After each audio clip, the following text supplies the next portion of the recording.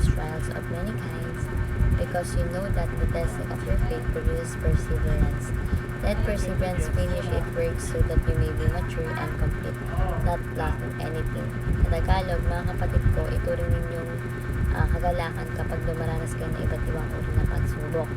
Nalalaman nyo ang pagsubok sa inyong pananampalataya nagbubunga ng pagtitiis.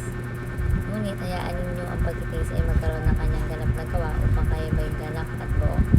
Sa gayon, kayo ay may ganap at lubos na walang anumang kakulangan. So, ang katuruan po natin ngayon, number 1 is effective leaders demonstrate resilient joy. Meaning to say, yung mga epektibong leader na papakita ng kagalangan na hindi natitinag ng mga pagsubok. Ang kanilang positibong pananaw ay nagbibigay inspirasyon sa iba. Next po is effective leaders demonstrate faith in God. So, ang tunay ng leader is nagtitiwala sa ating Panginoong Diyos sa lahat ng pagkakataon, sa lahat dumating man sa buhay niya. Ang pananampalataya ang naging gabay nila sa pagdating sa pagdesisyon. So, effective leaders demonstrate faith in God. And lastly is effective leaders demonstrate perseverance. So, yung mga epektibong leader ay hindi sumusuko sa gitna ng hirap or kahit anumang sitwasyon. Ang kanilang determinasyon ay nagtuturo sa iba na manatiling matatag at may pananampalataya sa Diyos at pagtitiwala. So, effective leaders demonstrate perseverance. So, bilang application po is number 1, exemplify resilient joy.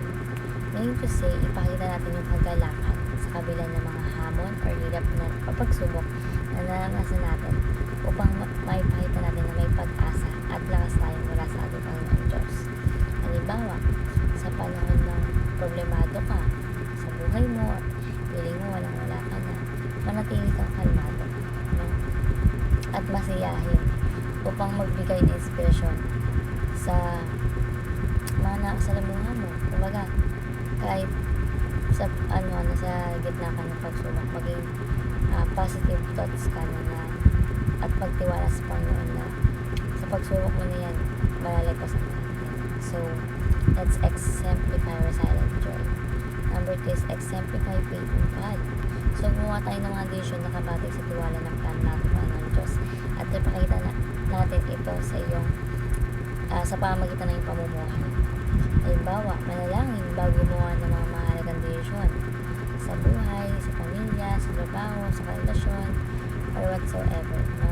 At hayaan natin ang iba na makita ang iyong pananampalataya sa ating Panginoon Diyos. So, let's exemplify faith in God. And lastly po is exemplify perseverance.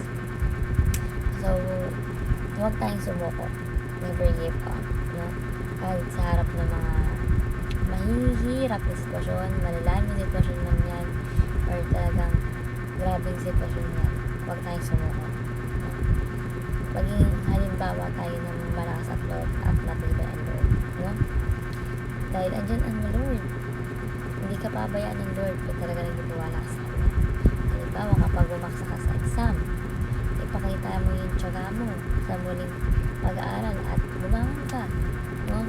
Magpamalas ka ng determinasyon sa tagumpay. So, let's exemplify perseverance. Huwag tayong basta-basta sumuko. Kasi pagsubok lang yun, dapat i-take natin yan as opportunity learning. No? Yung problema, isipin natin na opportunity. No? Huwag natin yakapin yung problema nila. So, exemplify perseverance. So, yun naman po ang tunan sa daily devotion na meron kayo. Make sure sa iba at syempre sa ating Lord.